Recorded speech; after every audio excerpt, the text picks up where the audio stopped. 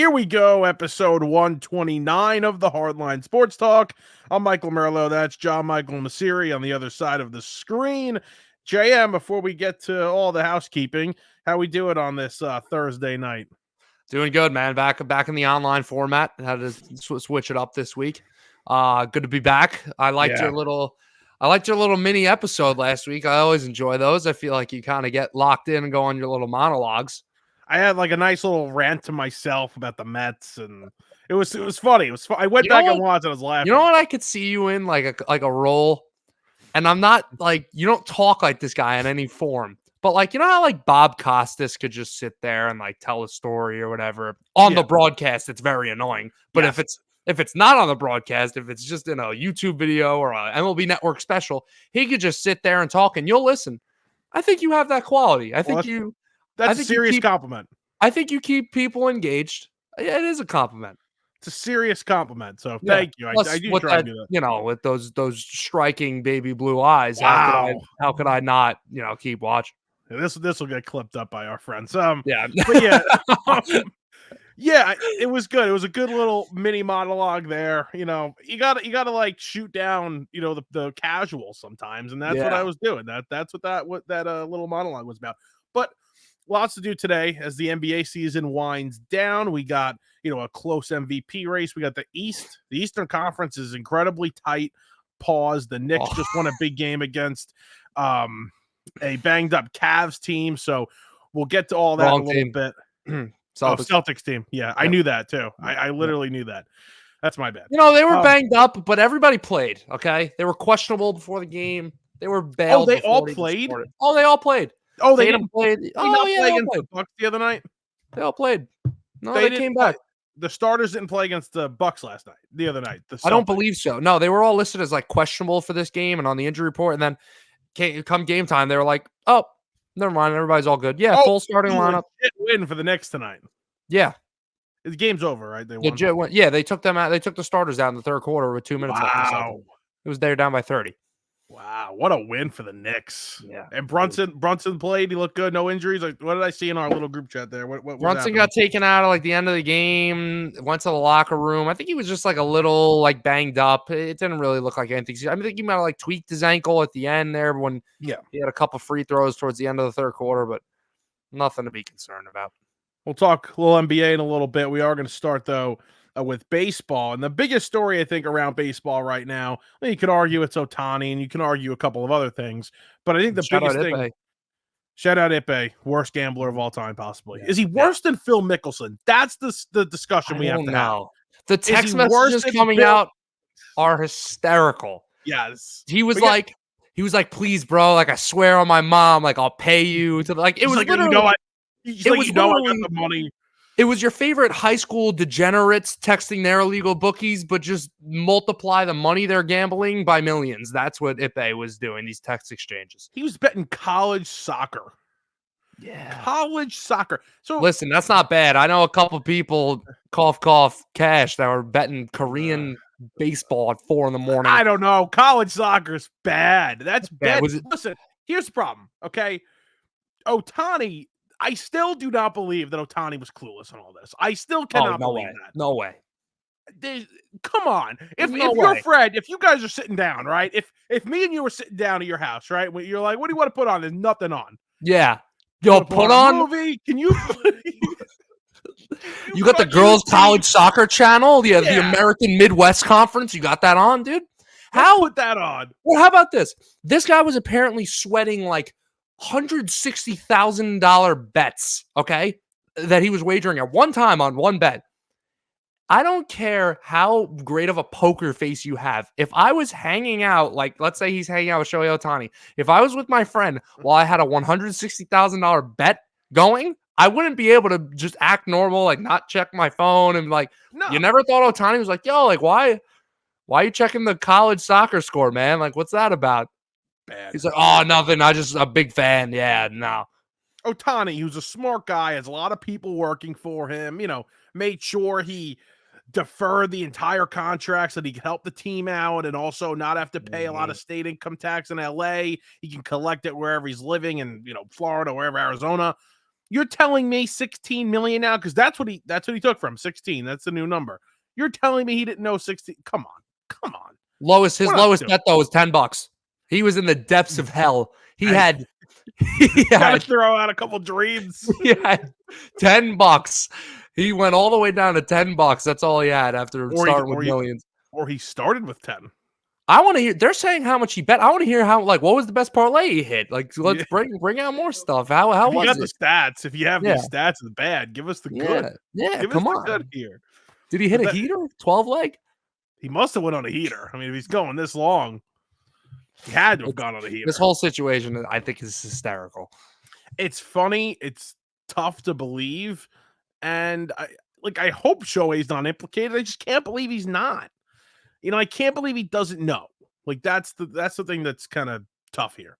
But I don't want him to be involved because obviously I don't want him to be suspended, his legacy to be ruined. See, I would agree, but I think for some reason, since he's a Dodger and like all the BS that happened with the contract, and they just pissed me off so much that like I'm kind of being a villain here. I'm kind of rooting for an absolute disaster, a downfall. I'm rooting for Shohei's downfall a little bit, which I should. And I should be, but not really should be. But you think I would be more so on that side. National League, powerhouse, whatever. No, I don't want it to happen. Average wager. So his average wager was $12,800. His largest wager was $160K. His smallest wager was $10. Oh, they put. Okay. Oh my God. His total losing bets were $182.9 million. My God. His net was minus $40 million. Jesus Christ. Yeah, man. Maybe you should be a little better at gambling if you're going to be betting that much money. He said he's the worst at this. Yeah. But he's got the money. Mm-hmm. I hear these dogs outside my house right now. So it was probably, Wednesday morning, okay? I'm sleeping in a little bit. I don't have to wake up till like 9:30. All of a sudden, I hear like the landscapers outside. And then these dogs just going to town. It's like 7:45. Isn't there a law that you're not allowed to do that on a weekday like that? Cut grass? A weekend. Yeah, they're cutting grass at 7:45. These dogs are going crazy. I mean, you're talking a lot of complications here. I think it matters what town you're in. I think it's a construction. I know there's laws for that. Cutting grass, I don't know. That's BS. It should be. This woke me up. Anyway, off the rails here already. Let's start though with I think the biggest story. I think it is the biggest story right now in baseball, and that's the fact that we have more pitchers going down to Tommy John surgery or just having elbow injuries and elbow issues and shoulder issues now is becoming a little bit more popular and a little bit more of a problem for these teams and these players. But there's a lot to blame with these injuries. There's not just one issue here. And I think that's what we need to kind of talk about. And it's such a huge topic around the sport because of the names of guys going down. I mean, I'm pretty sure Spencer Strider, he's going to be done. We're going to get the news in a couple of days. He had Tommy John. Shane Bieber, he's done for the year. We had Jonathan Loaizaga in the same week. He's going to miss the year with Tommy John surgery.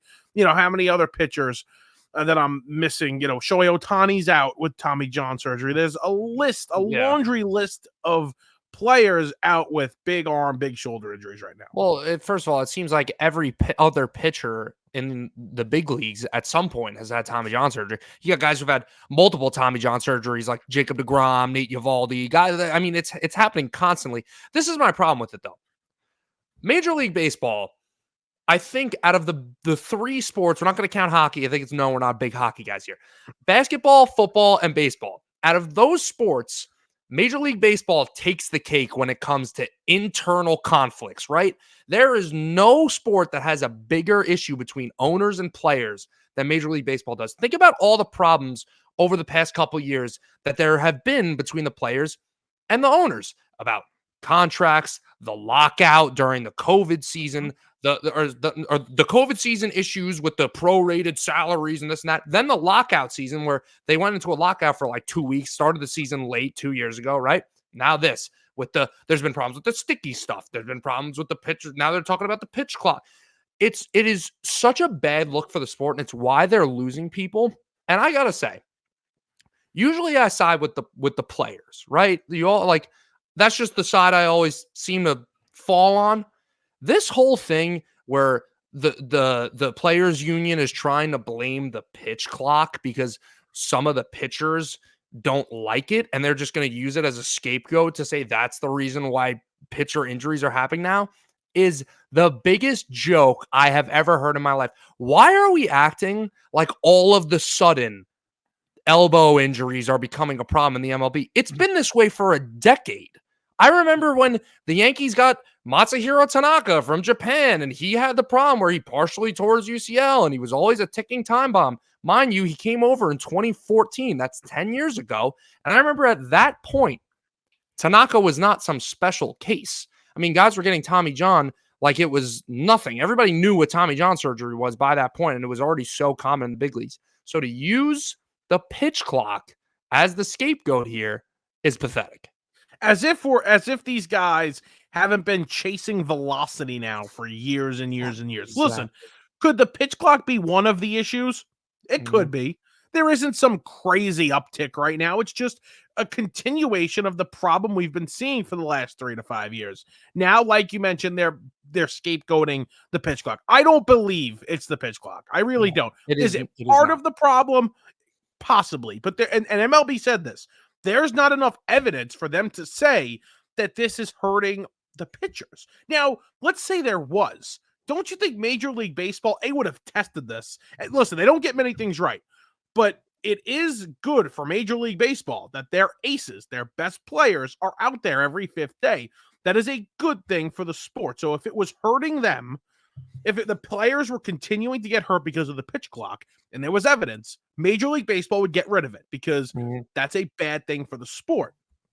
But yeah, this starts now. It starts at the lower levels at Little League, and then it works its way up and works its way up. Yep, that's exactly what I was going to say. Even the minor leagues, before we even get to the minor leagues, the problem. Dude. I remember coming up from playing baseball and playing travel and whatever. If you were a 12-year-old kid throwing a curveball, you were like, "What the hell? This kid's throwing a curveball already? Why are you throwing a curveball already?" These kids are trying to throw curveballs. They're trying to throw sliders. They're trying to throw all these breaking pitches, right, at very young ages. And it's hurting them. It's putting damage on their arm. You don't even have a fully developed body yet, and you're already putting all this stress on your ligaments. You're not a strong, you're not exactly working out yet. You're still a kid. So you're already putting all this wear and tear on your arm. I use Madison Bumgarner as an example. Madison Bumgarner left the Giants, and you were like, by the time he got to the D-backs and he had a 5 ERA, you're like, oh, what's Madison Bumgarner, like 38 years old? You're like, no, he's 31, because he had so much wear and tear on his arm from pitching so many innings with the Giants, where guys aren't trained to do that anymore. They're putting too much stress on their arm. Back then, Cy Young was throwing 450 innings in a season. Cy Young has over 7,000 innings in his career, okay, which is ridiculous. I don't even know how that's possible. But the reason why that was happening, these guys weren't trying to throw 95, 100 miles an hour. If Cy Young really threw full strength all the time, I'm sure he could hit the 90s. I don't know how much he was throwing back then. I know it certainly wasn't that fast. But that's the thing. Everybody's trying to one-up each other, hit the net, get 1 mile an hour better, get 1 mile an hour better. And it ends up that they put too much stress on their arm. A guy like a Greg Maddux is an endangered, if not extinct species, a guy who relies on break, relies on control, getting soft contact. Nope. It's all about the strikeouts now. It's all about high velocity, and it's all about spin rate. And that has to change. Otherwise, you're going to continue to see all these injuries happening to these big-time pitchers, whether in the bullpen, whether they're your aces. This is going to continue to be an issue. I remember actually, growing up, you'd learn how to throw the curveball, whatever, growing up. When you're tossing the ball around with your dad, you say, oh, this is how you throw the curveball. And I would remember telling my dad, telling coaches, oh, I know how to throw this. And they would say, no, it's going to hurt your arm. You can't do it. I vividly remember that as a kid. And now have you ever being taught to do that? I've felt it before, just screwing around with my friends. I know I'm not a professional baseball player, but just screwing around, throwing the curveball and snapping the wrist like that and the elbow. Yeah, once in a while, I'll be like, oh, that kind of hurt my elbow a little bit. You're straining your ligaments. It's such a problem. What do we think it is? If The fact that they're using the pitch clock to say this when we know injuries around sports, any part of the body are more and more relevant, it seems like every year, right? Guys are getting just more and more hurt. Mhm. What do we think it is? We think the human body is not evolving properly. We think that the guys are softer these days, or like pick a struggle. None of those are true. And It's by the just way, go watch those guys before the season started. I went to go watch some old time baseball. I'm like, I'm going to count. I wanted to see if the pitch clock, is they really doing that good of a job, right? yeah. Because you don't even realize it's on anymore. If you're not paying attention to it, you don't even realize it's the pitch No. clock. But I went back and I watched how fast were these guys throwing. They would get the ball, go to the mound, throw 10, 15 seconds. Yeah. Guy on base a little bit longer. They'd Yeah. throw over maybe a couple of more times. That's it. They were Mhm. working quick, and these guys were not getting hurt. And seriously, I brought up Cy Young. So Cy Young can throw 450 innings in a season, but because he was allowed to have over 20 seconds in between pitches and he wasn't on a clock, that's what saved his arm from being shredded to pieces for 20 years. It was the extra 10 seconds he got Yeah. in between pitches is what saved his arm. It's just embarrassing. It's a ridiculous take from the players. And Justin Verlander is a guy that everybody should be listening to. A guy that has pitched into his 40s, has won a Cy Young in his 40s. I mean, just the best pitcher of the 21st century, probably Justin Verlander. If not him, then Clayton Kershaw. Yeah. No, I honestly, one of the two. It's one of the two. I think combining everything, I'll probably give it to Verlander just because Kershaw has such a bad playoff resume. Okay. But anyways, that's a conversation for another day. Verlander said, I thought Verlander did a great job with that. Yeah, he said himself. He said, I don't think that's. I think it's a little combination of everything. I think saying it's the pitch clock is a bit of a. I don't think he used the word scapegoat, but that's what he meant. And Merlo, I'll bring up a painful memory for you. Let me take you back to, what was it? I'm going to guess here in the ballpark, 2018, something like that, where a certain pitcher nicknamed Thor was coming into the season, Noah Syndergaard for the New York Mets, and they said, oh, he put on muscle this season. He really hit the gym, this and that. He tore his lat, a month and a half into the season, if that, right? Yeah. So these guys, you're not playing linebacker, right? You're a pitcher. You're playing a position that doesn't exactly require you to look like a Greek god. These guys put too much stress on their body, and this is what ends up happening. I remember that being a conversation then, though, being like, we're like, why does he look like this? Yeah, it's cool, whatever. You don't need that to pitch. And why now these guys continue to build themselves? I read this story when Yamamoto was, being courted by all these teams, and they were talking about his different workout regimen. And it's bands, it's stretching, it's making sure everything, it's not weights, you're not lifting weights. Yeah. Like that's not going to do anything for these pitchers. I think the more muscle you have as a pitcher, the worse off you are, honestly. It's just what it seems to be. I mean, think about CC Sabathia. He always was better when he was fat. He hit that little skid where he was skinny. He wasn't as good. He was dealing with a lot of injuries. He got fat again towards the end of career, and he had sort of like a little resurgence the last couple years in his career. Ozzie Guillen said it in the White Sox pregame show or whatever. Great. He said you can't pull fat. You could pull a muscle, you can't pull fat, which is honestly true. I think baseball is just one of those sports that it's an exception, right? You get made fun of all the time. People try to say baseball players aren't athletes, which is BS. But you don't see basketball players that are fat Daniel Vogelback looking guys, but maybe it'll work. Maybe it can work in baseball because you know what? You're right. You can't pull fat. And in a sport where this is happening constantly, this is not a natural human motion, right? We were not designed as human beings to take our hand above our head and snap it down and that's why people constantly tear rotator cuffs and hurt their shoulders and this and that. It's not a natural motion. It's scary. I mean, listen, as a Mets fan, watching Jacob deGrom for all those years, it was magical. And I go back sometimes and I just sit there and I watch his highlights from that 3-year span of him being the best pitcher in baseball, right? But in the back of your mind, you knew that's not sustainable. And is that a fun way to be a fan and watch sports. It's No. not. I To want know that this guy is not going to be able to sustain this over a long period of time and something bad is going to happen at the end and you don't know when it's going to come and it's probably going to be sooner rather than later, that's a problem. In case there's somebody that is listening to this that has the capability of doing this, please do.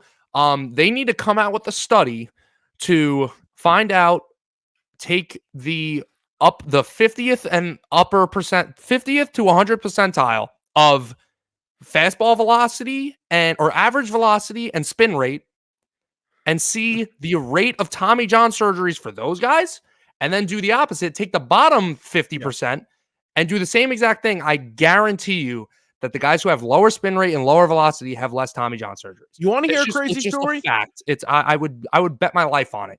Today, during the broadcast, Jose Quintana pitched Thursday for the Mets against the Braves. And before the game, Steve Gelbs, the sideline reporter, whatever you want to call him, asked Quintana about his thoughts on these injuries. And he's like, yeah, it's scary. These guys who chase velocity. And Gelbs went back at him and said, well, you're not a guy that chases velocity. Pitch mix, you paint corners, whatnot, off speed, try to get weak contact. He says, what do you think your career would be if you were coming up now? And Quintana said, listen, solid major league pitcher for his career, right? He was been a little bit of a journeyman at one point. Right. Solid major league pitcher. He said it's a 50-50 chance he'd be in the league today if he came up today because he does not pitch. He doesn't throw hard. It's 93, 94 miles an hour. Maybe that was at his peak. He 50-50 chances in the league, and he doesn't think he'd have the same career because he wouldn't have gotten the same opportunities he got when he did come up. Like, that's a scary thought. Yep. These guys have to go back to, you mentioned that, the Greg Maddux days. Verlander, like you mentioned, is a perfect example because Verlander had to change his style, of the way he pitched. Yeah, he did. He had Verlander, it seemed like, was going down a Jacob deGrom, or deGrom's not a great example, just an early decline in his career. He had a couple years there in the mid 2010s with the Tigers where it seemed like, Verlander's losing a little bit. Then he has one solid season with the Tigers in 2017, 2015, something like that. Goes over to the Astros and has some of the best years of his career. And he's still, he's working back through injury, but he's still one of the best pitchers in baseball when healthy. So it's absolutely nuts. It's not good for the game. They really need to do something about it because it's going to take a while to fix, though. Mm-hmm. You're not going to fix it. Because I think eventually you will. It's honestly, it's like a freaking Adam and Eve, don't eat this apple, right? But it's just so tempting to go and try to throw as hard as you can and stay true to the philosophy of, you know what? Let me try to throw with a little more finesse, take a little velocity off, but be more, have more control and save my arm to have a longer career. If you're doing that and then you see some guy when you're in high school at a showcase come through and throw 101 when you're throwing 93, you're going to say, screw this. I'm going to try throwing as hard as I can. You know what the problem is? The owners continue to pay them this top dollar. We'll see in free agency this year, these pitchers, and I don't think there's really any flamethrowers there, but, these top of the line starting pitchers who are at risk to have Tommy John surgery, to have these big time injuries, they will be paid top dollar. And that's the problem. Until that stops, this problem will not stop. It just won't. Until you start paying the Jose Quintanas and the guys that, the Greg Maddoxes of the world, there's not many. Listen, Greg Maddux, great pitcher, great athlete. You don't just, automatically have a bunch of Greg Maddoxes, but the style of pitching that Maddux it's an endangered species. It really is. Like, the only one I could think of in recent memory off the top of my head that's been that style and been successful is like a Kyle Hendricks. He's always been known for his sinker, a low 90s, high 80s fastball. Like, never was an overpowering guy, but kept the ball on the ground, pitched with a lot of command. Greg Maddux didn't care if he struck you out. If you, put the ball into the ground and it was a weak contact or weak pop fly, he would have complete games, 84, 90 pitches. That's unheard of now. Unheard of. So, yeah, it's going to be a problem for a long time. And until we start paying, we stop paying them, we're going to continue to have this issue. Well, let's anything else on here? Oh, I vented a little bit. I got out what I had to say. JM, right now, we're only, 2 weeks in? 2 weeks in today. Yep. Who's the best team in baseball thus far? I got to give it to the Dodgers still. I mean, they're, as much as I want to say the Yankees have looked great, but I mean, the Dodgers are still the team to beat on paper. They're proving it through gameplay. I gotta stick with the Dodgers. See, I wanted to come on here. Not that I wanted to come on here, but the last couple of weeks, well, literally the last week or so, I've been watching Atlanta, and I'm like, this is the best team in baseball, and it's not close. I'm like, they're a step ahead of the Dodgers. They're a step ahead of everybody. And I can't say that today because you know what? Atlanta's got a little bit of an issue with that starting rotation, a little bit in the bullpen as well. They've been hitting around the last, week or so. Yeah. So I'm going to go Yankees right now, but it was Atlanta a couple of days ago. And not just because, the Mets went there and beat them. It's a problem that we've seen really since the year started. Max Fried's been off to a terrible start. Obviously they have the injury to Strider, which isn't good and probably not going to end well, but they have some issues with the bullpen and the starting rotation. I go Yankees. Bullpen, they've dealt with injuries. They've been fine. Obviously, we know about that offense, and it looks like they have themselves a little nice big three there with Anthony Volpe and, of course, Aaron Judge, who, by the way, didn't put this on the rundown. You worried about Aaron Judge or no? Not at all. No. Let's start this. I want to start this. This always makes me laugh. The beginning of the year, like somebody's slumping, and everybody's like, "Oh, it's a time to be worried." The point I always make: if this was July 31st, right, and Aaron Judge just was since July 15th was in a 192 average skid with only 2 home runs or whatever, wouldn't really be talking about, oh, are you worried about Aaron Judge? Like, no, he's in a slump.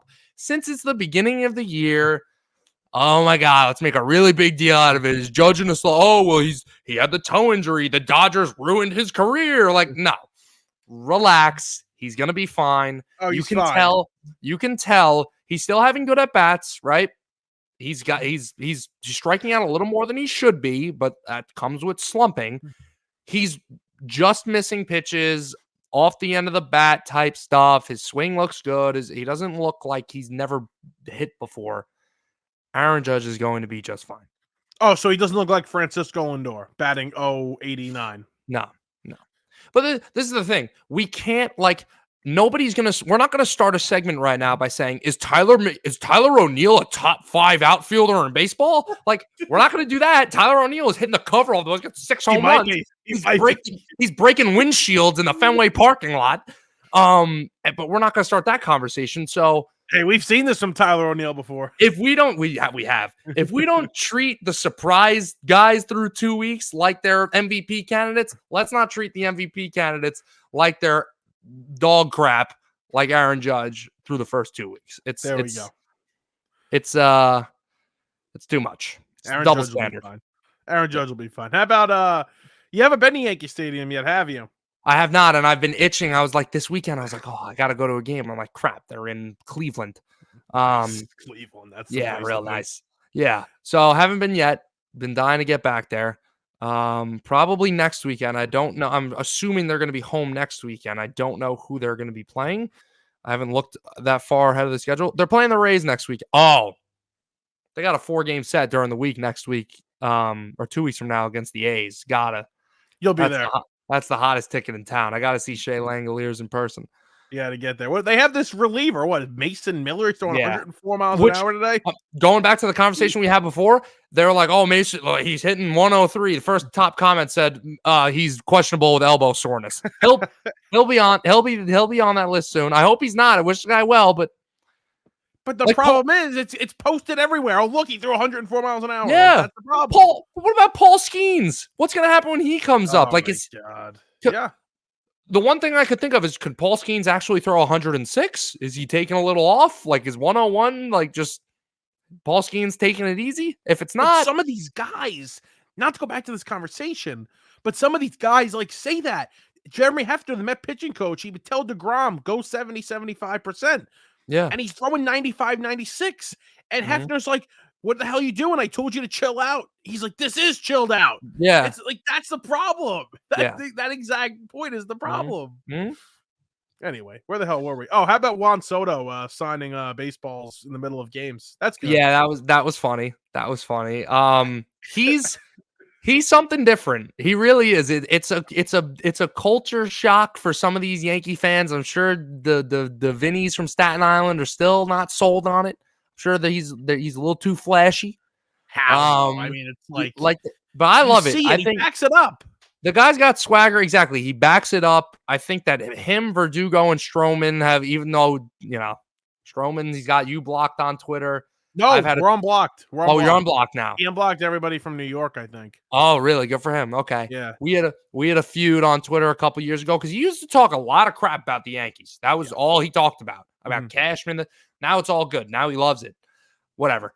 But if they've all brought a really fun energy to the team, and you could see it already. I mean, a swagger of almost arrogance that I think this team needs. You need it because this is a team that expects and should and better compete for a championship. And when you're in this kind of mode, you do need Yeah. guys like this. It's very Yeah. important to have guys like this. Yes. And yes.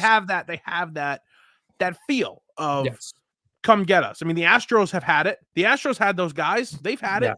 I gotta say, I'm really trying to come from a point of unbiased, and I know you're gonna agree with me here. I am so confident that Soto is going to be on this team for basically his whole career. I think he's going to come back. I think he wants to stay. I think Scott Boras is probably telling him, yo, chill with the Instagram post, chill with the custom cleats, chill with all the fun stuff, whatever he's doing. But you could, like, he just, it's a cliche, but he just looks like a Yankee. He does. And, the fan base, obviously most of it is they're bought in. And, the Dominican culture within the Yankees in the city, and you see all the Dominican I see flags. there's like 3 flags behind home plate every night. How does he not love this? How is this? Yeah. How does this not feel like home? And the rumor has always been that he wants to be on the East Coast. He wanted to sign and settle down on the East Coast. So, I mean, it feels inevitable that that's going to be the case. And how will make it happen. And by the way, Boras, who the hell is Scott Boras? You see Montgomery fired him? Walked. Yeah. Why wouldn't he? Yeah. He talks, Scott Boras, I think the owners have finally stuck it to him. And he says, oh, I'm always going to get the best deal for my client. Oh, I'm never going to give in. I'm always going to play the market well. Well, guess what? A lot of these guys like Jordan Montgomery and like Blake Snell and whoever else end up at Cody Bellinger, where they end up waiting until February, until spring training, until March, whenever, and they get these deals that they didn't even want in the first place. They're thinking, Jordan Montgomery is thinking, oh, this offseason, I'm going to get 5 or 6 years. I'm going to get, $120 million, something like that, $150 million. We'll see. Nope. Short-term deal, opt-outs. They get nothing. The problem is he reps guys like Corbin Burns and obviously Juan Soto, and those contracts will be huge. I mean, Burns will get close to $300 million, and obviously Soto's going to get a number that starts with 5 and possibly more, and that looks good. And those are easy for him. Like, those are easy slams. Those are the best players in baseball. It's those guys that are sketchy, free a little tier below that. Yeah. Right. You gotta know who you're representing. You can't treat every one of your clients like they're a Bryce Harper or Garrett Cole. You can't go out there and negotiate with these teams and try to convince them that a Jordan Montgomery is a Garrett Cole type of guy. And I know he's not asking for Garrett Cole money, but in terms of how stingy he's being, I'm sure he's treating it the same way like he treats any of his clients. And you can't do that. You got to have some sort of feel for it. No team, these are smart guys, obviously, GMs. These are smart people that pay attention to the game and pay attention to historical trends and everything like that. Everyone knew. Bring up whatever stat you want about Blake Snell, about, how many guys have had 2 different Cy Youngs in 2 different leagues and this and that? Yeah, that's all cool. That's cool to put on the back of his baseball card and be a fun trivia question in a sports bar someday. But when negotiating a long-term contract, they don't care about that. They know Blake Snell isn't a top 5 pitcher of this generation, like Scott Boras tries to portray it as. We know he's not. 9 years, 270. That's what he reportedly wanted. What he turned down, 5 years, 150 from the Yankees. I think that was almost confirmed at this point. Yeah, so that's the problem with Boras. But Boras, back to Soto, it's easy. It's a slam dunk. And by the way, I could represent Soto and get them what Boras is going to get him. Honest to God, do you think Juan Soto? Listen, again, Soto does not seem like this type of guy. But do you think there's a chance Soto says, "Take a little bit of a discount. I'll stay here. I'll stay here." Not a huge. I don't know. Not a huge discount. It's tough. I think he would take less money from the Yankees versus other teams. Like, I think if it came down to the Yankees at, he's what, 26 when he hits the open market? Yeah. So let's say the Yankees offer him a 14-year, $550 million contract, and the Mets offer him 14 years, 600, or 15 years, 600, 620, something like that. He's a Yankee. I think he'll stay with the Yankees. Yeah. Now, if it's like, 100 million more, then we get to a point where he can't. But no owner is gonna. I don't think any owner is gonna. I don't think they're gonna try and even go past that number that they believe the Yankees are at. Another big time free agent. This is going to come up a lot, and this is almost like a preliminary talk about this guy. But Mike Trout's off to a fantastic season. He already has 6 home runs in 2 weeks. He looks great. He's healthy. Knock on wood, he stays that way. And these are like very, beginner-like talks for this, because I think they're going to really heat up once we get closer to the deadline. But this has to be the year he asks out, whether it's by the trade deadline, whether it's in the offseason of this coming year. He needs to ask out, because if he's healthy, it's wasting away with a terrible franchise. Get this guy in the postseason. Let's see him play some real baseball. I mean, it's already been wasted away. Yes. Honestly, like he's 32 years old. He's dealt with some injuries the past couple of years. I mean, it's the first time in God knows how long that we're seeing, off-season top 10 center fielder lists, and Mike Trout isn't 1, if not 2 or 3. I think the MLB had him at like 5, just because he hasn't played enough. And so at this point, it's been wasted away already, but there's still time. Like you're saying, he's off to a great start. When he's healthy, he's still one of the best players in baseball. So for it to happen in the middle of the season, I think the odds are very little to none that would happen. But this offseason, I found Mike Trout. I think I pull a Damian Lillard and I say to them, listen, I've tried to make it work. I've tried to stay loyal here. I got to do what's best for me. You got to trade me. Where does he go? Who's an option? Honestly, he's always been linked there. Philly is like the first spot you think of, right? And it would be cool to see him and Harper play together after, these guys have basically grown up together throughout the league. I mean, they were on the cover of Sports Illustrated when they were 19 and 20 years old. So that would be cool.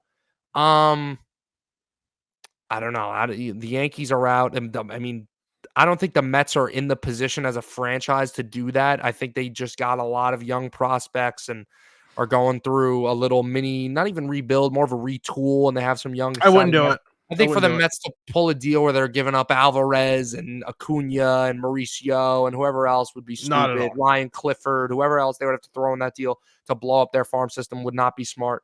But then again, if Philly does it, who the hell are they going to trade? I think it would be sort of a trade where, and I'm looking at the numbers right now. It'd have to be a Stanton trade. Right, exactly. So if, let's say he's traded this offseason, there's 1, 2, 3, 4, 5, 6 more years at $35 million a year on there. Mm-hmm. So are you willing to eat that? It's essentially, like a little bit less than $200 million for 6 years, I think. Are you willing to take that on? Yeah, you're willing to you're willing to eat that. For Mike Trout, you're willing to eat, as long as he stays healthy this year. If he wins AL MVP this year and has a fully healthy season, yes, you're willing to eat that. But that's why I said it's not going to happen in the middle of the year, because and what position are teams in to pull a deadline deal for a guy that you're going to have to eat over north of $200 million for and blow up your farm system and give up probably some major league talent? Like, that's an off-season move. You don't do that in the middle of the season. Fair enough. It's just logistically not It's not easy. Yeah. Trout, the guy. But he's got to get out, dude. This guy is the best player that we've seen over the past decade. Mike Trout's stretch of like 8 years I was ready to argue that he was the best player of all time. I mean, it was compared to Mickey Mantle at some point. It was ridiculous. He was first or second in MVP like 6 years in a row. He was just on an absolute tear, and all that to go 75 and 97 or 87 every year.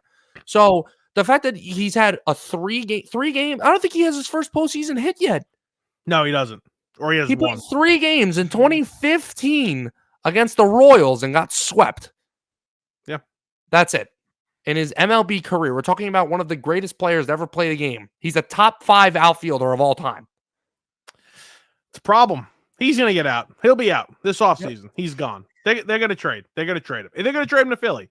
Look at him. Look at him versus Mookie Betts. Mookie Betts is the only guy that's comparable to him when you look at their career numbers. He's the only guy that's right there with him right now as like WAR numbers and accolades and whatever. Mookie Betts is looked at already as like a legend in the sport. He's won multiple World Series. He's won Gold Gloves, MVPs. He's been relevant on great teams. Yep. Mike Trout's got nothing besides personal accolades. He doesn't have a ring. It's crazy how good Betts has become. Yeah. Wow, I didn't realize his WAR numbers were that high. Jeez. Yeah, he's got like 85 WAR or something like that. It's ridiculous. Yeah, unbelievable. All right, we'll switch gears here. Head to the NBA. By the way, before we get out, Mets back. Panic. Back. Mets are back. That's a nice. Look at Luis Guillorme. You know, between Mark Canha letting that ball drop to break up the no-hitter and then Luis Guillorme throwing the Mets batting practice today, maybe the Yankees should start doing more tribute videos for their players when they come back. They'll treat them nicer. They better give Luis a tribute video when he comes back. They better do that. The Yankees are playing the A's next week. Like I said, when JP Sears is pitching, they play the tribute video. Here we go. Good series for the Mets, though. I'm not like I'm excited. I'm happy. So we'll see how this series goes against the hottest team in baseball. The Royals are the hottest team in baseball right now. I was high on the Royals. You were. You were Bobby Witt. You love your Bobby Witt over there. Bobby Witt. That'll be hey, why don't you go this weekend? You go see your boy Bobby Witt. I could. I got to scout them out. Field for cheap Friday or Saturday. You know what? Sunday's not good in day. Don't go. I'm just gonna start like wearing I'm gonna get a Kansas City Royals like polo shirt with like a clipboard and just show up to the park and pretend that I'm doing some scouting. I'm just observing. I want a Mets polo shirt, so I go to the game and look a little classy instead of wearing a jersey. Have you seen people do this? Like guys will play pranks on people and like show up to high school baseball games in like a Mets polo and like shake hands, be like, "Nice to meet you, son." Like we're scouting. Like it's terrible. So awful. Let's go get like AAA polos. We'll go on the AAA team's websites and that's so awful. Let's do it. I got a Clemson polo in there. We can go pretend we're Clemson. Why do you have a Clemson polo? Long story.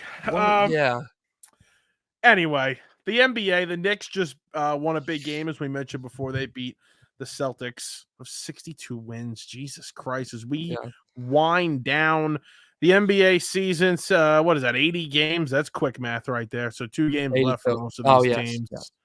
Come on. I mean, I got that. How about this 7? By the way, before we get to the Knicks and the rest of the East, the 7-8 matchup. I mean, the 2 seeds getting screwed here. Oh, yeah. Having to play either the 76ers, who have Joel Embiid back, or the Heat, who just, for whatever reason, get hot when the postseason comes around. Yeah, and that's terrible. And injure every opponent they face. Yeah, no, it's a tough matchup, but honestly, like from a Knicks fan perspective of them having the potential to get the 2 seed here, you would want them to get the 2 seed? I'm trying to think big picture here. So the last team I want to play is the Heat, and it's not because I think the Heat will beat us. It is because they are the most boring and annoying team to watch in the NBA by far. They have no offense. They play scrappy defense. They're constantly injuring, and Bam Adebayo leads the league by a mile in illegal screens. I could guarantee you that. They're just a pain in the ass. They're just a gigantic pain in the ass. So I don't want to play the Heat. But the Knicks have owned the Sixers, and especially this year, they've really, Embiid or not, they've owned the Sixers. And I think they'll beat the Heat.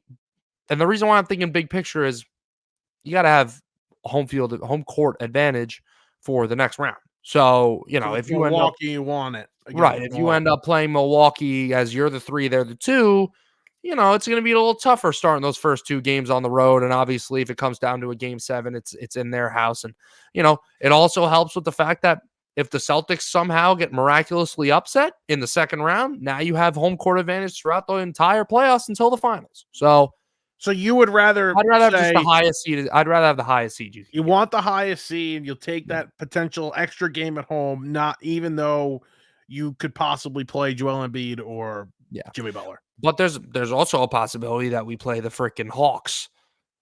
You could have the Hawks. Actually, I think that's impossible. Let me see. I think it's impossible because the Hawks play the Bulls first. So the Hawks are the 10 seed, yeah. So it would be That's impossible. Can't play the Hawks. Yeah, can't play the Hawks. Because the Hawks will then play the Celtics. But yeah.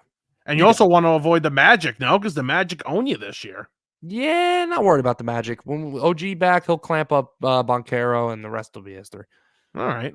So right now, as the East looks, who would you say, is it Boston, or do you think the Knicks, the Bucks, I'll throw the Cavs in there, do they have a chance at possibly upsetting this team in the postseason? I mean, if Randall was here, I would tell you that I think the Knicks could take it to 7, if not win the series.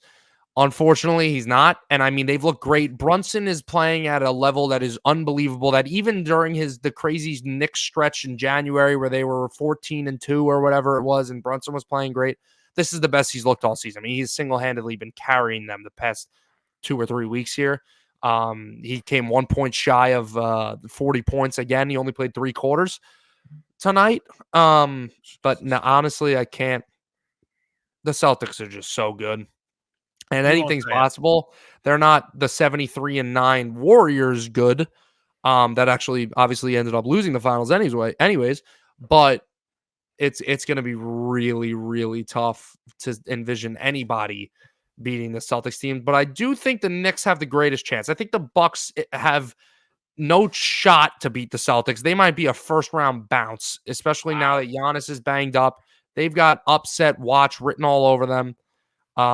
I would say the Knicks have the best chance, but if as a betting man, I would take the Celtics pretty confidently to represent these. And with Milwaukee, and I'm asking this, is this one of those years where, obviously they bring in Dame? Was it like kind of not a getting to know you kind of year, but they didn't put it all together in that next season where they played together for a full season? Or is this their max? Like, is this their peak, like 50, 51 wins? I mean, it takes a while to mesh. I mean, if you remember when LeBron first came over to the Heat, they started like 9-9 or something. And that's what I was thinking. That an entire season, though. I mean, Dame was really just not great. Like, it wasn't like, oh, they're not meshing well together. Like, Dame just efficiently was not shooting the ball well. I mean, his 3-point percentage was like 38, 37%, which is not normal for him. He's usually north of 40%.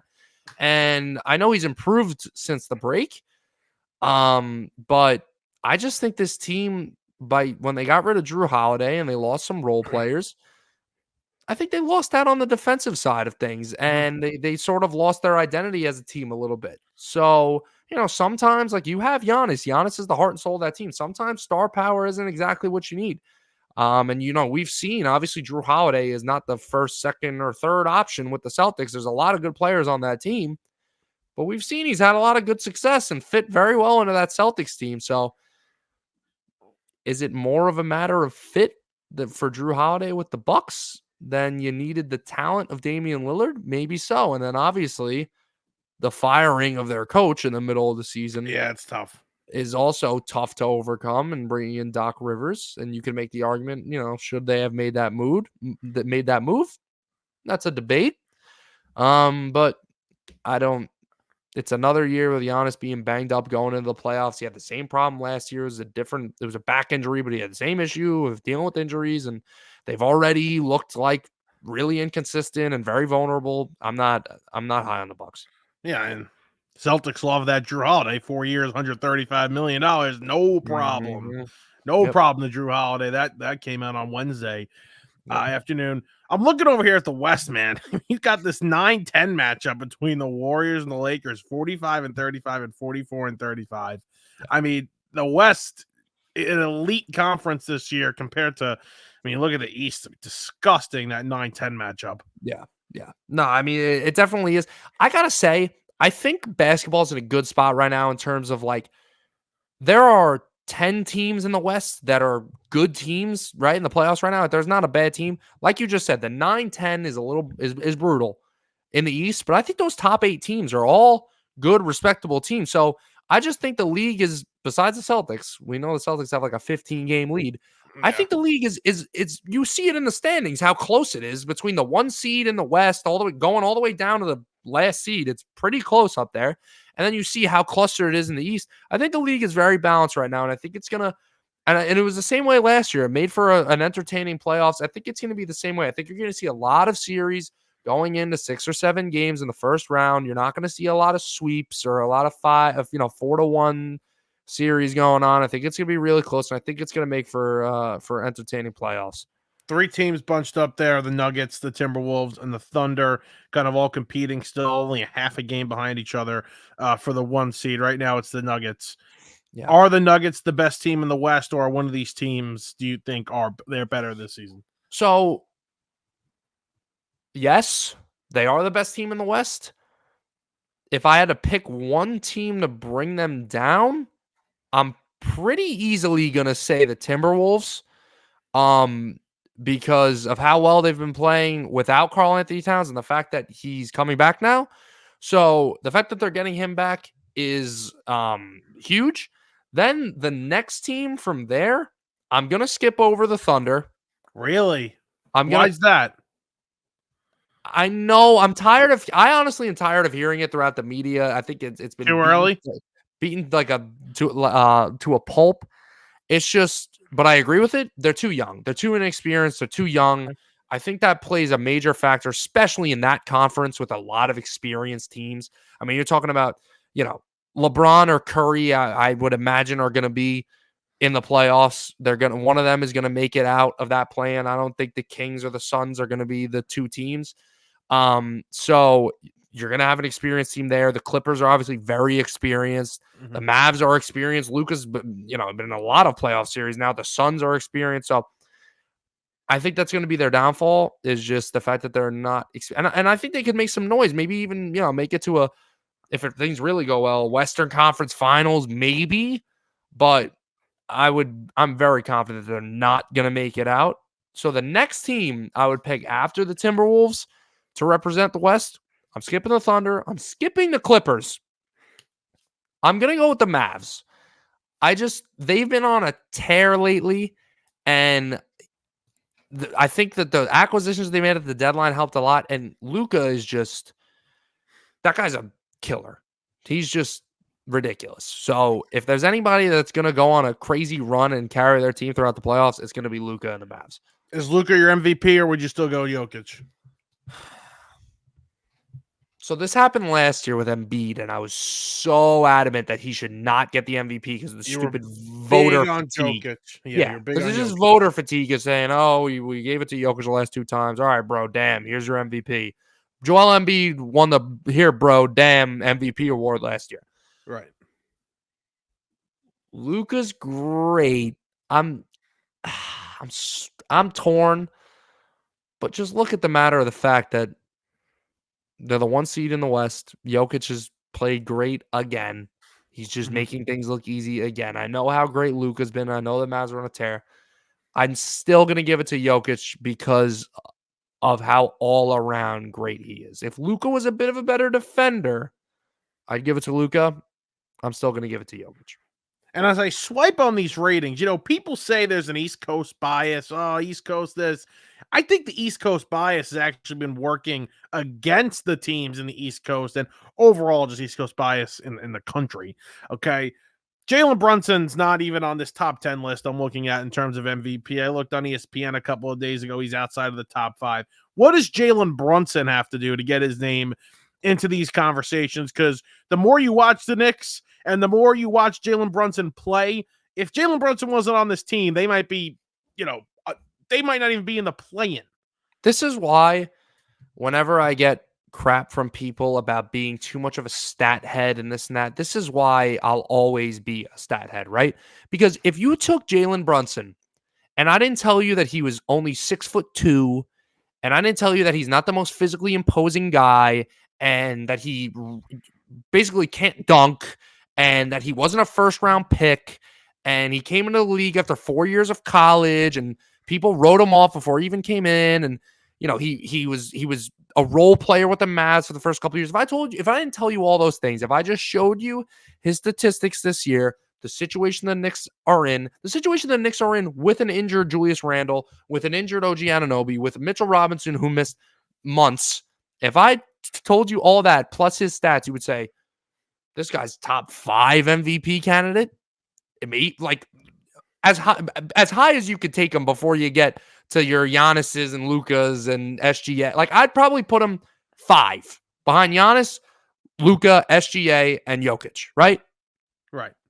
Give or take. I might be getting a little crazier, but I mean, why not? He's going to finish. Yeah. He's going to finish averaging almost 29 points per game. I think that's what it is.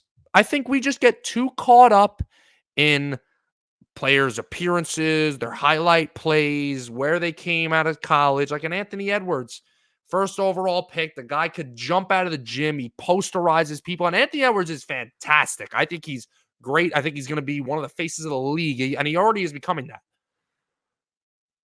But we feed in too much into the highlight plays and the aura. And he's 9 on this list, by the way. Yep. He's 9 on this list. Him over Brunson is crazy to me. That's crazy. Crazy. East Coast bias. People think everybody loves the East Coast. No, they dislike the East Coast. They dislike us. They hate us. Yeah. They hate us because they ain't us. Yep. That's the problem there. Anything else we got here in the NBA is the regular. I mean, when's regular season over? When does the playing tournament start? End of the week. Oh, it's right here, April 16th. Yeah. So next week. Okay, very interesting. So we'll have that, and then the first round right after that. Anything else we got here in the NBA before we wrap? No, not really. I mean, we missed. Last week we were off. You had your little mini show, but it was really just baseball oriented. But and did you talk a little football? I forgot. I did. Diggs got traded that day. All right, you talk football, yeah. We missed out on college basketball talk. Yeah. Freaking UConn, man. Just unbelievable. Ridiculous. Unbelievable. Not even close. It got boring to a point. I had mentioned it in that reaction video I had to the Mets somehow beating the Braves. Having that game at 9:20, for the East Coast. Again, East Coast. Yeah. What are we doing? I mean, I went to sleep. I went to sleep, and it was just, that was that Monday? Yeah, that was the day I flew home. I was shot, and so I went to bed. But still, but if that game was at 8 p.m., I would have stayed up and watched it. You're not ending that game until like the very earliest 11:30, 11:45 over here. The kids aren't watching. The kids are not watching that game. And the women's game with Caitlin Clark in South Carolina, that game rated much better than the men's. And it was on 3 p.m. on a Sunday. I think that's a really good point. I think they forget how many kids watch these games. Like, you could make the argument that people our age that are in their, mid to early 20s, less men are watching that than kids ages, 10 through 14. Right. They're home on they're always really going to be home on a school night at that time, right? They're not traveling around or but they were asleep working or hitting the bar. And it's college basketball. These kids are, of course, going to watch college basketball. I watched more college basketball when I was a kid than I do now, I feel like. And a lot of these parents, whether boys, girls, they probably sat their kids down on Sunday afternoon and said, guys, watch this. Not only is it different that the women's game is now blossoming and it's very popular, but watch this championship game we have on the middle of the day on a Sunday. Yeah. And the men's do the complete opposite on a Monday night. What a joke. What an absolute joke. Yeah. I never understood the Monday night. I never understood the Monday night with the NFL, with the NCAA football and this. They've been doing it on the Monday night for a while. Never understood it. Me neither. I totally don't get it. I mean, they're getting greedy. They're trying to squeeze in that 6:20 Pacific time window, just saying, oh, people are home from work. They're going to tune in at 6:20. No, you're losing people. 8. I'll give you 8:30. Give me 8:30. Better than that. That's fine. Yeah. But yeah, UConn, unbelievable. Cal's out. He's with Arkansas now. So I mean, now the free agency starts in the college basketball. Nobody knows what the hell's going on because nobody knows these kids, and it's a bleep show. So, like I said, see you next March. They're coming out with way too early top 25 rankings. St. John's has 3 people on their roster as of right now. How the hell are you doing top 25? They can't even field a starting lineup. Yeah, they got me and you out there. Let's go. Yeah, really. We'll I'll sign up. Yeah. I know Rick. I'll talk to Rick. Yeah, you go talk to Rick. Hopefully Rick's not taking that Kentucky job. Well, I think they hired somebody actually. Yeah. They're going with the BYU coach. Yeah. Yeah, good job. Imagine Rick Pitino and James Harden on a night out. They could sell. That's good time. Strip clubs could be sold out. It's a good time. Yeah. Yeah. Before we get in trouble here, let's wrap this one up. Make sure you're liking, subscribing on YouTube, liking, rating, leaving comments on Apple and Spotify and everywhere you see us on social media. Posts out this weekend. Appreciate all the support and love. JM, anything you say before we get out of here? No, I got nothing. Let's go Mets. Talk to you guys next time.